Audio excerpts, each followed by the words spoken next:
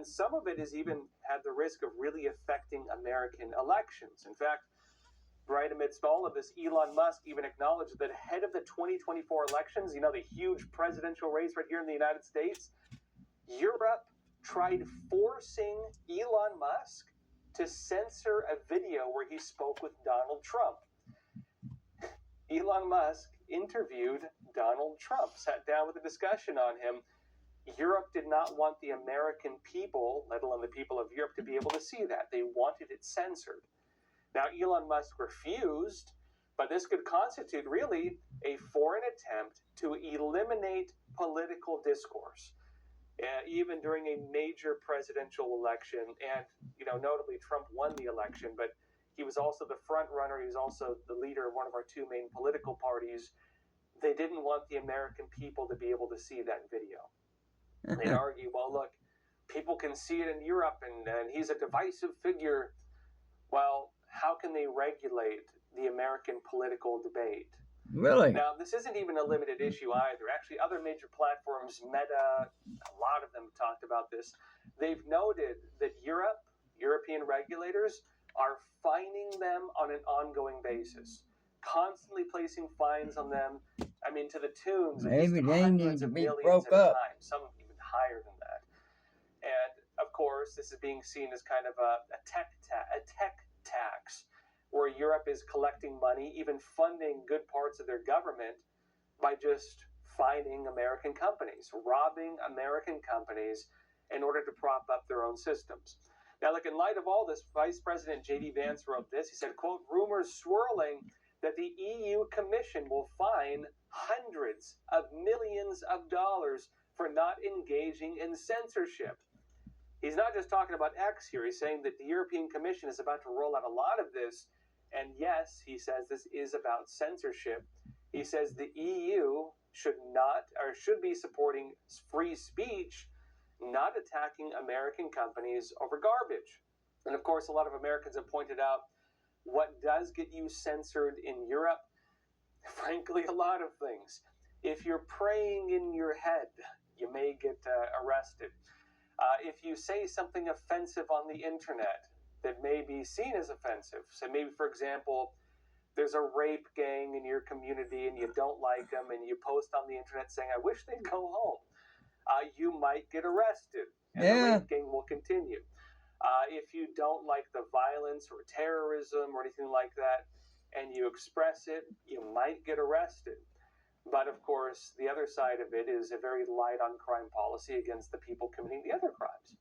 Now, members of the European Parliament have been expressing their dislike to what's happening right now.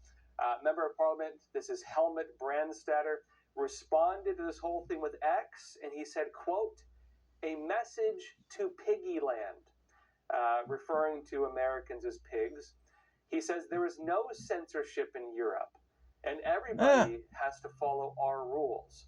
He said Trump fights the free press, suing newspapers and TV stations, so leave us alone. And on his point, basically, he's saying this is not censorship in Europe. If Europe arrests an old woman for praying in her mind outside of an abortion clinic, if Europe, for example, arrests people for expressing dislike at rape and murder, that is not censorship in their eyes. It is merely an enforcement of their standards on anti-hate speech and so on, right? And he's saying that, quote, everybody has to follow our rules, even Americans, he's suggesting. No, we don't. He also does note, though, that Donald Trump is suing newspapers and TV stations. That is true. What he's leaving out is the context where Trump is suing, for example, BBC for selectively editing a video, splicing in a clip over 50 minutes in to make it appear he made a call for violence when he did not, at a time, of course, when this was one of the major divisive issues for the American elections. Again, is that censorship or is that suing media for being just blatantly, knowingly, and really damagingly dishonest? You decide. But he's telling Trump, leave us alone. And America is basically telling Europe, leave us alone.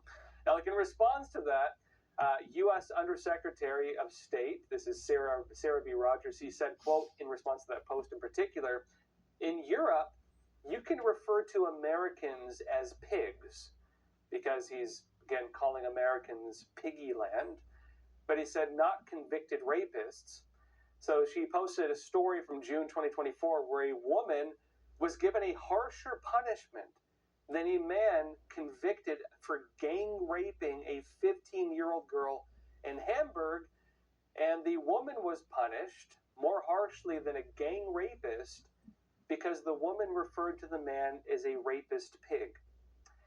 So you can call Americans pigs, but if you call a serial, again, gang rapist a pig, you go to jail for that.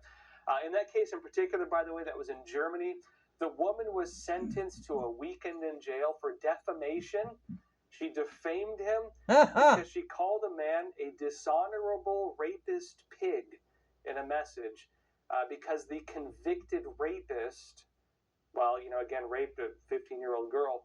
The convicted rapist did not have to go to jail. He got a suspended sentence, so she faced a harsher punishment than him. But back to the issue of what's happening, though. Secretary of State Marco Rubio said this, quote, "The European Commission's $140 million fine is not just an attack on X. It's an attack on all American tech platforms and the American people by foreign governments. The days of censoring Americans online are over." Now, like, with all this in context, basically there's a big war of words right now. We're not really seeing, like, action, though. They're not shutting down things with Europe. They're not really taking any major steps to relieve this. So we'll see what happens, frankly. So far, what we have seen from the Trump administration, we've seen that when the European Union or European Commission places fine on American platforms, the Trump administration has been taking those fines into consideration for tariffs. So if they put like a $100 million fine on an American company, America will place basically an equivalent tariff on European goods in order to recover that. Now, that doesn't necessarily defend like the platforms, doesn't necessarily resolve that issue. But this is a kind of way to hold Europe accountable when they try to export their laws to the United States. But also, this is a bigger problem than just Europe, frankly. A lot of countries try to do this. China's a huge violator of this. Oh, yeah. China going after American platforms, American companies, trying to make them censor. The threat they use oftentimes is play our game, or you're going to lose access to the Chinese market. Key issue, what happened with Enes Kanter Freedom when he wrote a message against Muslim Uyghur slavery in China on his shoe, while people next to him are kneeling on the court protesting like historical slavery. So a guy can, again, protest with just a message on his shoe, current day slavery in China, right? He does that, but he's punished. But people who criticize America for historical slavery are not punished. Like, how does that work? Of course, Hollywood censors massively because of pressure from the Chinese Communist Party. A lot of media play their game. The CCP does this just as heavily. New York Times. Much, much worse. America does nothing about it. So we'll see if, again, this turns into a bigger issue or not. And speaking of defending American sovereignty against the powers of Europe, Secretary of War Pete Hegseth just declared the United States will once again be enforcing the Monroe Doctrine. We'll be talking more about this after we come back from a quick break. Secretary of War Pete Hegseth just declared the United States will once again be enforcing the Monroe Doctrine. Watch. We will also deny adversaries' ability to position forces or other threatening capabilities in our hemisphere. Past administrations perpetuated the belief that the Monroe Doctrine had expired. They were wrong. The Monroe Doctrine is in effect, and it is stronger than ever under the Trump corollary. A common sense restoration of our power and prerogatives in this hemisphere, consistent with U.S. interests. Now, look, this is a big deal. This is a really big deal. Because basically what this could mean, America is now treating, in all of America, Canada, Latin America, Central and South, America is now treating the entire American region as our backyard. And this means Europe, China, get out. That's what the Monroe Doctrine would mean if they enforce it in its fullness. Now, a bit of background on the Monroe Doctrine. This is from the U.S. National Archives. It says the Monroe Doctrine is the best-known U.S. policy towards the Western Hemisphere. Notably also, the U.S. military just formed a Western Hemisphere Command to actually do this. But it said, buried in a routine annual message delivered by Congress by President James Monroe in December 1823, a very long time ago, but still practiced. It says the doctrine warns European nations that the United States would not tolerate further colonization or puppet monarchs. Quit trying to colonize the Americas. This is our land. And that even includes like Mexico and South America and anywhere basically. It says the doctrine was conceived to meet major concerns of the moment, but it soon became a watchword of U.S. policy in the Western Hemisphere, notably even during the Cold War. The Cuban Missile Crisis, for example, was an enforcement on the American side blocking the Soviet deployment of nuclear missiles. That was also an act of practicing the Monroe Doctrine. This is our backyard, stay out of it. And now they're bringing this back into force. This is going to be big, by the way. This is also part of the U.S. national security strategy. They actually announced it. This is the new American national security strategy. And here's what it says. Further in, of course, there's one part of it. Western Hemisphere. It says the Trump corollary to the Monroe Doctrine, after years of neglect, the United States will reassert and enforce the Monroe Doctrine to restore American preeminence in the Western Hemisphere and to protect our homeland and our access to key geographies throughout the region, meaning all of Latin America, by the way, and actually Canada too. It says we will deny non-hemispheric competitors the ability to position forces or other threatening capabilities or to own or to control strategically vital assets in our hemisphere. Meaning, if China wants to own key rare minerals in Venezuela, that's America's hemisphere. That's a vital asset, and get out, buddy. If the cartels want to have no-go zones, well, they're terrorist organizations now. That's again our strategic vital asset. These regions of the world, get out, or we'll blow you up. This is the new enforced U.S. policy. At least what they're saying. We'll see if they do it, but this is a big deal. This means if Russia does incursions into Canadian airspace, that is a violation of it. It means that if Iran has Hezbollah political parties in Peru, which they do, by the way, that means this could be a violation of it. It means that any power that is not part of the Western Hemisphere, trying to control things, trying to influence things, trying to pull puppet strings, they're in violation of America's doctrine, and America will go against it.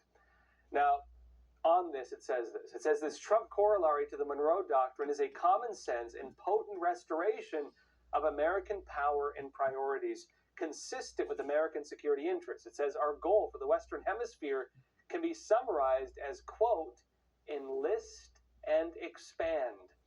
It says we will enlist established friends in the hemisphere to control migration, stop drug flows, and strengthen stability and security on land and sea. Notably, a lot of you asked, why, oh why, would America give all this money to Argentina? Again, you have Javier Milei there, and he's trying to remake the whole economic system. Why would Trump bail them out? We're not bailing out a lot of people. Why are you bailing out Argentina? I said it before, and I may be right based on what's now being announced. The reason is America wants regional allies.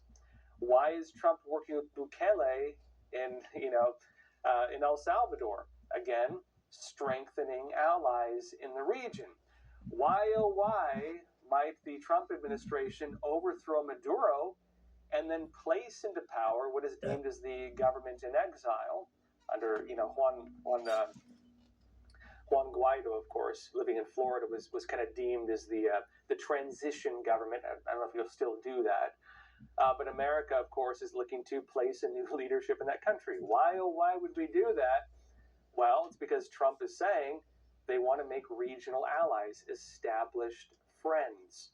And we're building friends and taking out enemies. Trump says, quote, "We will expand by cultivating and strengthening new partners while bolstering our own nation's appeal as the hemisphere's economic and security partner of choice." I won't go over the whole thing because it's very long, but if you go into it, it's very broad. Basically, what it entails is almost like a U.S. answer to the Chinese Communist Party's Belt and Road Initiative. The United States will be building up Latin America. The United States will be doing factories, construction, deals, business opportunities, different things, which will probably make the whole region a lot nicer, but also push out the Chinese Communist Party and build up good, solid unions of states throughout the entire region. This doesn't mean everyone's going to play ball with America. You're still going to have a lot of countries that don't like us. But of course, America, by building up new economies, changing the political landscape, changing the economic landscape, pushing up foreign interest, America basically is going to be going head to head against the Chinese Communist Party, Russia to an extent, and Iran through all of Latin America. That is the announcement they're making. We'll see to what extent they're able to carry this out, but that is the announcement. The Department of Homeland Security just announced something interesting: a brand new vetting center. People have been saying, well, they're talking about all these migration enforcement operations. They're talking about all these people who've applied for amnesty and everything else. What are they going to do? Are they actually going to deport people? Are going to look into it? They're not really having the capabilities to do it yet. The whole system's gummed up. How are they going to do it? Well, they have a new center they just made specifically to do this. They say they're going to review every single pending and even approved alien application. This is legal and illegal, every single one of them. It says that part of this, they're going to be screening out terrorists, criminal aliens, and foreign nationals who threaten our public safety. So if you like terrorism for some reason, they might find you and deport you. This will include social media vetting based on some of the statements we've seen. It'll look into maybe are you a drain on the American system? You've been collecting welfare. They might deport you, even if you're legal. They're going to be going through all of this. Well, everyone, that's all for tonight. Thank you for joining us. And as always, please take care of yourselves, stay informed, and stay free.